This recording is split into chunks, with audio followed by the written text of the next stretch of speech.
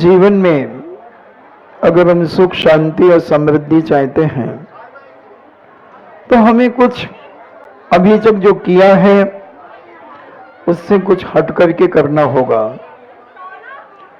क्योंकि इस समय वर्तमान में भौतिकवाद बहुत तेजी से हमें प्रभावित कर रहा है। और जहां भौतिकवाद जिस व्यक्ति को प्रभावित करता है, जिस परिवार को प्रभावित करता है, उस परिवार के अंदर से भारतीय संस्कृति के संस्कार समाप्त हो जाते हैं। और जहां भारतीय संस्कृति समाप्त होती है वहां समझ लेना कि वहां धर्म भी उस घर से समाप्त हो जाता है, क्योंकि संस्कृति है तो संस्कार है और संस्कार है तो संस्कृति है।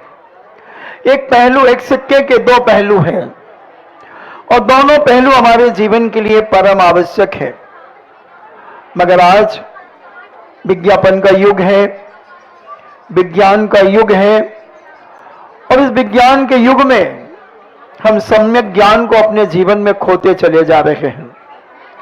हम विज्ञान की बातों पर बहुत गौर करते हैं, विज्ञान की बातों पर हम अपने परिवार में बड़ी बड़ी चर्चाएं करते हैं, मगर हम सम्यक ज्ञान के बारे में अपने परिवार में कभी आज तक हम चर्चा ही नहीं कर पाए। हमने बहुत साधु संतों का संपर्क अपने जीवन में किया होगा, भगवान करे आपके जीवन में ऐसे ही साधु संत मिलते रहें, मगर वेदना और एक दर्द है कि कभी कभी हम मिथ्यात्व की ओर चले जाते हैं। उसका मूल कारण है कि सम्यक ज्ञान और सम्यक दर्शन नहीं होने के कारण हम अपने जीवन को गर्त की ओर ले जाते हुए भी हमें लगता है कि हम बहुत अच्छी जगह ले जा रहे हैं, हम बहुत अच्छा कर रहे हैं, मगर जब प्रकृति के अनुसार हम देखते हैं कि तुम प्रकृति के विरुद्ध होकर के अपने जीवन को जी रहे हो। और जो व्यक्ति प्रकृति के विरुद्ध होकर के जीवन जीता है वह जी तो सकता है, मगर एक चलती फिरती लाश के समान अपनी जिंदगी को जी लेता है। बहुत बिरले लोग हैं दुनिया के अंदर, भारत के अंदर, कि जो अपने जीवन की चर्या का आनंद स्वयं लेते हैं, अपने आप का आनंद लेते हैं और दूसरों की उसकी खुशबू के माध्यम से दूसरों को भी प्रभावित करते हैं। और जो व्यक्ति उस खुशबू से प्रभावित होता है उस व्यक्ति के अंदर भी एक ना एक दिन खुशबू आ जाती है। मगर हम नहीं समझ पाते इस सत्य को, क्योंकि सत्य समझना हर व्यक्ति के बस की बात नहीं है।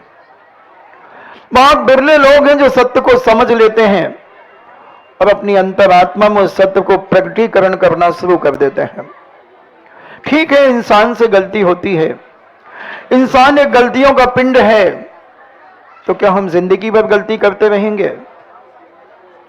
क्या हम जीवन के अंत तक गलतियां करते रहेंगे? कभी गलतियों को सुधारने का प्रयास, कभी अपने जीवन के गलतियों के एहसास कि हम अपने जीवन में कर पाएंगे? पूछना है बंधु, आज हम तुम्हें कुछ सुनाने नहीं आए हैं, हम तुम्हें जगाने आए हैं। ऐसे तो तुम शरीर से तो जागे हुए हो, बहुत अच्छे से जागे हुए हो, बहुत जागने में तो अपन मास्टर हैं, मगर उठने में बेईमान है। 12 बजे के पहले तो शायद कोई परिवार में कोई सोता हो, हाँ कोई यूजलेस हो जो घर में वो सो जाता हो, वो बात अलग है। हम 12 बजे, 1 बजे, 2 बजे भी सोने वाले सभा में मिल जाएंगे। इसलिए मैं तुम्हें जगाने, शरीर से जगाने से नहीं आया हूं, इन आंखों को खोलवाने नहीं आया हूं, तुम्हारे अंदर की आंख खोलने के लिए मैं आया हूं। क्योंकि अंदर की आंख तुम्हारी इतनी गहरी बंद है, ऐसा लगता है जैसे वो स्थान गृद्धि निद्रा में लीन है तुम्हारी अंदर की आंख। जैनाचार्यों ने 5 प्रकार की निद्राएं कही। निद्रा, निद्रा निद्रा, पचला, पचला पचला और स्थान गृद्धि। स्थान गृद्धि बहुत खतरनाक होती है, बहुत खतरनाक होती है बंधु स्थान गृद्धि। और ये छठे गुण स्थान वंशी पूज्य मुनिराज के जीवन में भी उदय में आ सकती है। उस नींद में ऐसे खतरनाक काम कर लेते हैं वो निद्रा वाले, सोते सोते गाड़ी चला लेते हैं, सोते सोते बहुत सारी ऐसी चीजें कर लेते हैं और जब होश में आते हैं, जब उनसे पूछा जाता है तो कहते मुझे मालूम नहीं है, मुझे मालूम नहीं है मैंने क्या किया। ऐसी निद्राओं को मैं तुम्हें छुटकारा दिलाने के लिए आया हूं। ये नींद से तो तुम जीत गए। 12 के पहले तो अपन सोते ही नहीं और 8 के पहले सुबह उठते ही नहीं। ये प्रमादी और राक्षसों का कार्य है। ये राक्षस जीव हैं, मनुष्य पर्याय में कहीं गलती से आ गए हैं। ये निशाचर हैं, ये जंगली जीव हैं जो 10 के बाद जाग करके अपने जीवन का विनाश करते हैं। सज्जन पुरुष, साधु पुरुष 10 बजे के पहले पहले अपने बिस्तर में चला जाता है, सो जाता है, क्योंकि वो भारत का रहने वाला है, भारतीय संस्कृति को समझता है। और जो व्यक्ति भारतीय संस्कृति को जानता है, समझता है, वही सज्जन कहलाता है बंधुओं। बाकी क्या कहलाते हैं तुम अपने मन से अपना टाइटल ले सकते हो। पापी व्यक्ति 10 बजे के बाद जागते हैं। चोर, उचक्के, दुराचारी, पापी, शराबी, जुआड़ी, कबाबी, वेश्या व्यक्ति करने वाले, गंदे कार्य करने वाले, व्यसन करने वाले, सारे पापी 10 बजे के बाद जागृत होते हैं। और सज्जन पुरुष 10 बजे के पहले पहले विश्राम में चले जाते हैं। जो भारतीय संस्कृति को समझता है, जो जानता है, और जो भारतीय संस्कृति को जानता नहीं है तो वो मानता भी नहीं है और तानता और है। भारतीय संस्कृति को जानता है नहीं, मानता है नहीं और तानता और है। तानने में संस्कृति टूट जाती है और पाश्चात्य संस्कृति का बीजारोपण हो जाता है और पाश्चात्य संस्कृति उत्पन्न होने लगती है। हमारे भारत में नाश्ता की कोई परंपरा नहीं थी बंधुओं, कोई परंपरा नहीं थी भारत के अंदर नाश्ता की। प्रत्येक व्यक्ति सोकर के उठता था, प्रातःकाल ब्रह्म मुहूर्त में उठता था और ब्रह्म मुहूर्त में उठ करके वह अपनी दैनिक क्रियाएं सिद्धियां करके, अपनी दैनिक क्रियाएं करने के बाद वह जिनालय में आता था और जिनालय में जाकर के वह जिनैन भगवान का अभिषेक और पूजन करता था। ये प्रत्येक दर्शनकार अपने अपने मंदिरों में जाते थे, अपने अपने अनायतनों में जाते थे, आयतन में जाते थे और वहां जाकर अपने इष्ट का स्मरण करते थे। और अपने इष्ट का स्मरण करते हुए इतना साथी से पुण्य लेकर के आते थे, इतना साथी से पुण्य लेकर के आते थे कि वो एक पीढ़ी नहीं, कई 7 पीढ़ी तक वह पुण्य उनके परिवार का चलता था और परिवार बड़ा आनंद में जीवन जीता था। एक एक परिवार में खुशहाली थी, एक एक परिवार सुख शांति और समृद्धि से परिपूर्ण था, एक एक परिवार आनंद से युक्त था। तभी जीवन का परिवार में बच्चे के अंदर से लेकर पिता तक सारे परिवारों में एक सुख शांति की लहर दौड़ती थी। मगर आज बहुत से चेहरों को हम देखते हैं, उनके चेहरे में उदासी छाई रहती है। बहुत सारे तनाव और डिप्रेशन में व्यक्ति जीवन जीता है, क्योंकि वह पाश्चात्य संस्कृति में जीवन जी रहा है। भौतिकवाद के युग में वह पागल सा हो रहा है।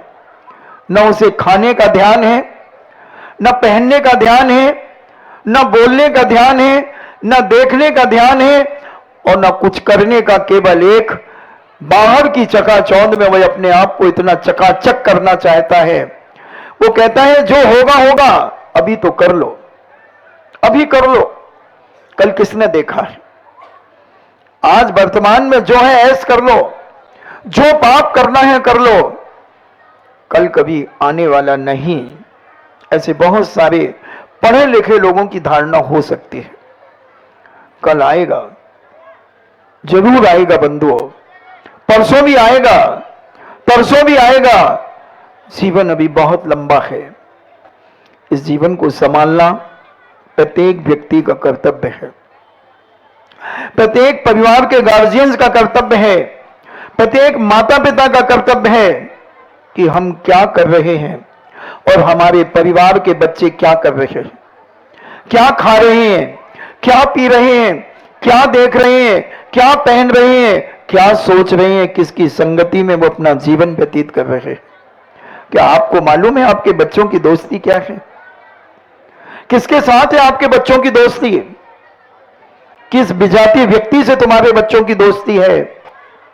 तुम यहां बैठे हो, तुम सोच रहे होगे मेरा बच्चा भी मेरे साथ तो आया था, प्रवचन में कहीं बैठा होगा, मगर वो पता चला कि वो तो हुक्का बार में बैठा है, हुक्का पीने चला गया वो, क्योंकि मम्मी पापा तो प्रवचन में बैठे थे। और तुम्हारी बेटी किसी विजाति के साथ में कहीं घूम रही होगी और समय पर आ जाएगी,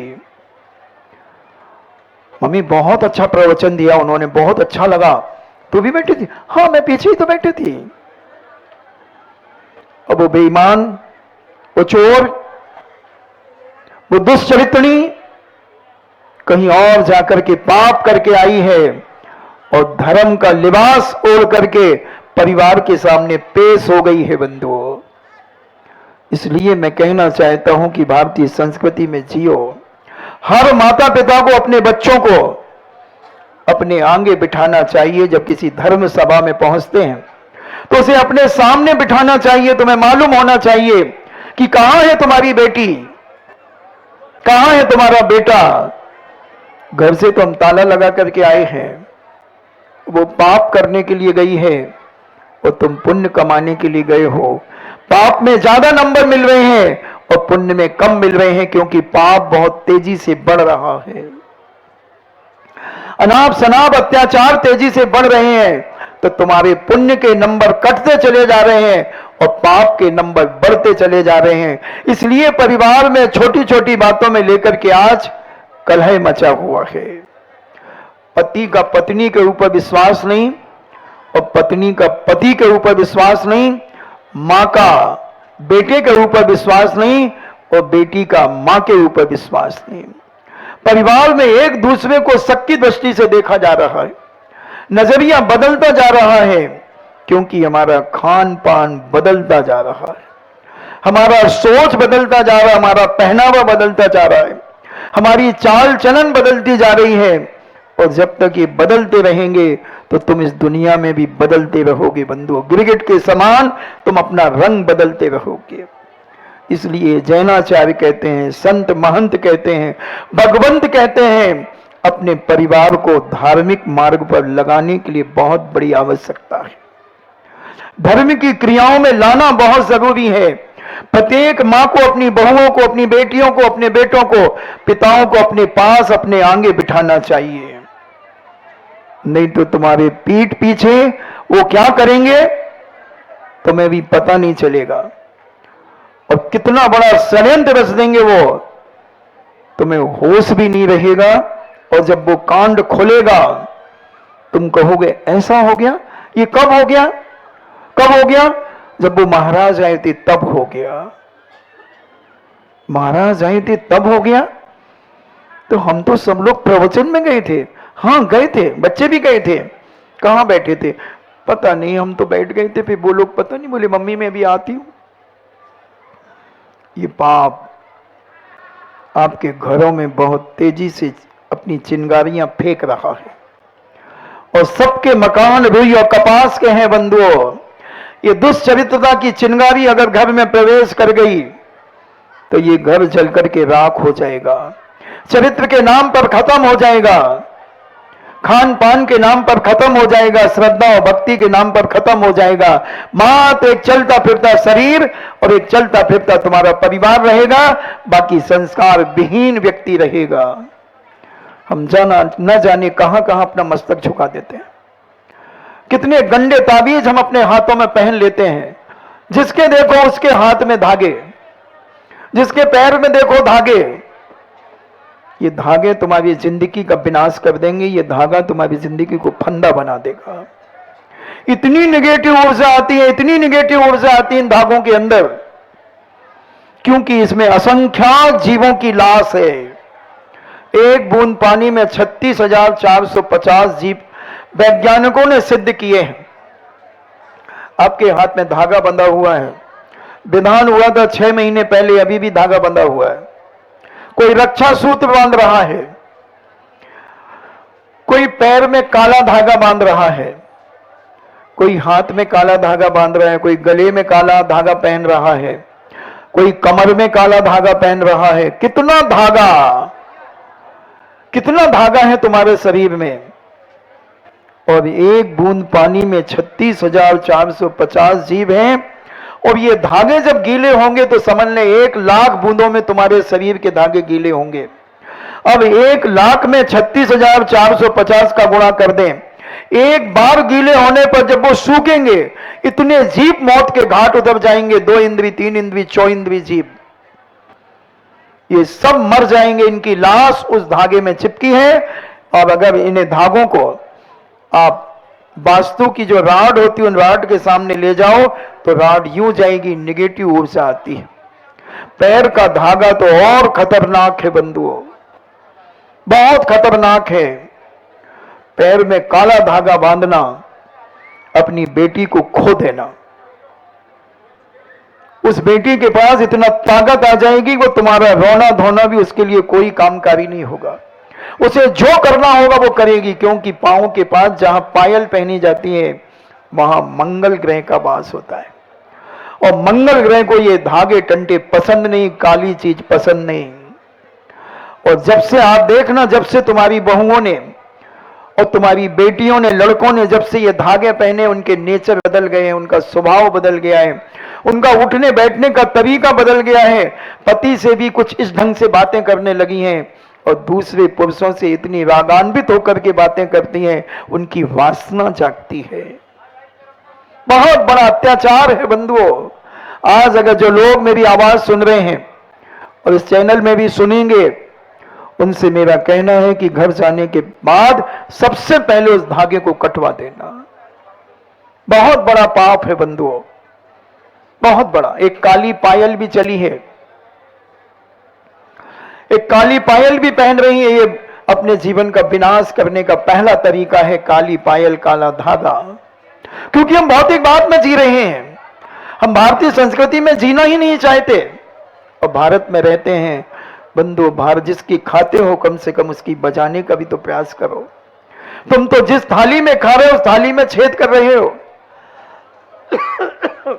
बहुत बुरे तरीके हैं। इसका पेपर मेरे पास है, कल मैं तुम्हें पढ़ाऊंगा इस पेपर को। कितने नुकसान है तुम्हारे परिवार के लिए और कितना नुकसान हो चुका है तुम्हारे परिवार का उस धागे के माध्यम से। तो मैं कह रहा था, भारत में रहने वालों, भारत की इज्जत तुम्हारे हाथ में है। तो पाप हम कर रहे हैं, घर घूमने जाते हैं, हम कहां मस्तक झुकाते हैं, कहां मस्तक झुका देते हैं, यहां वहां जहां तहां मत पूछो, कहां कहां, कहीं भी गंदे ताबीज पहन लिए। कोई इधर कड़ा पहना है, कोई यहां धागा व कपड़ा बांधा है। क्यों बांधा भाई?